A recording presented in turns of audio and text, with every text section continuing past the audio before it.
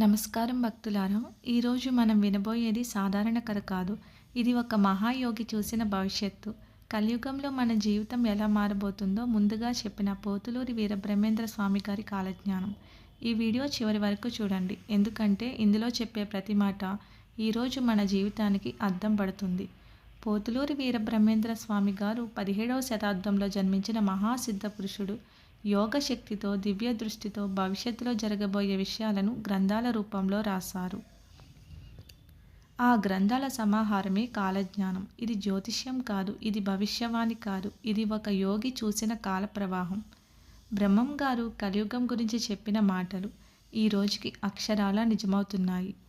తల్లిదండ్రులను గౌరవించని పిల్లలు, గురువుల మాటకు విలువలేని శిష్యులు, ధనమే దేవుడిగా మారడం, నిజం మాట్లాడేవారు తగ్గిపోవడం, అబద్ధం మోసం పెరిగిపోవడం. బ్రహ్మం గారు అన్నారు, మనుషులు మనుషుల్లా ఉండరు, మనసులో విషం నోటిలో తేనె ఉంటుంది. ఈ మాటలు ఈ రోజున మన చుట్టూ కనిపిస్తున్నాయా? ఒక్కసారి మనమే ఆలోచించాలి.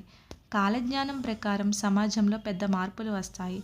భార్యాభర్తల మధ్య గౌరవం తగ్గుతుంది, స్నేహం స్వార్థంగా మారుతుంది, అన్నదమ్ముల మధ్య విరోధాలు పెరుగుతాయి, ధర్మం మాట్లాడే వారికి కష్టం, అన్యాయం చేసే వారికి అధికారం. బ్రహ్మం గారు స్పష్టంగా చెప్పారు, ధర్మం పాదాలపై నిలబడుతుంది, అధర్మం తలపై ఎక్కుతుంది. ఇది వినడానికి కఠినంగా ఉండా నిజాన్ని అంగీకరించాల్సిన సమయం ఇది. బ్రహ్మం గారి కాలజ్ఞానంలో ప్రకృతి గురించి కూడా హెచ్చరికలున్నాయి. కాలానికి మించిన వర్షాలు, వర్షం లేక కరువులు, భూమి కంపించడం, సముద్రాలు ఉప్పొంగడం, మానవ తప్పిదాల వల్ల ప్రకృతి కోపం. ఇంత కష్టం ఉందంటే మనకి మార్గం లేదా అని మీరు అనుకోవచ్చు. బ్రహ్మం గారు స్పష్టంగా చెప్పారు, భక్తి ఉన్న చోట భయం ఉండదు, ధర్మం పాటించే వాడిని దేవుడు కాపాడుతాడు, నామస్మరణే కలియుగానికి రక్ష, సేవ, దానం, సత్యం ఇవే మార్గం.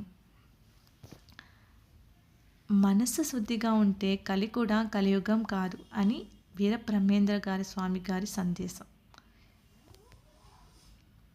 బ్రహ్మం గారి కాలజ్ఞానం మనల్ని భయపెట్టడానికి కాదు, మనల్ని మేల్కొల్పేందుకు. ఇంకా సమయం ఉంది. మన మార్గం మార్చుకోవడానికి, మన పిల్లలకు మంచి విలువలు నేర్పడానికి, ధర్మాన్ని మన జీవితంలో నిలబెట్టడానికి. ఈ వీడియో మీ మనస్సును తాకితే ఒక లైక్ చేయండి, మీ భక్తులతో షేర్ చేయండి. ఇలాంటి ఆధ్యాత్మిక విషయాల కోసం ఛానల్ని సబ్స్క్రైబ్ చేసుకోండి. జై బ్రహ్మం గారు, జై ధర్మం.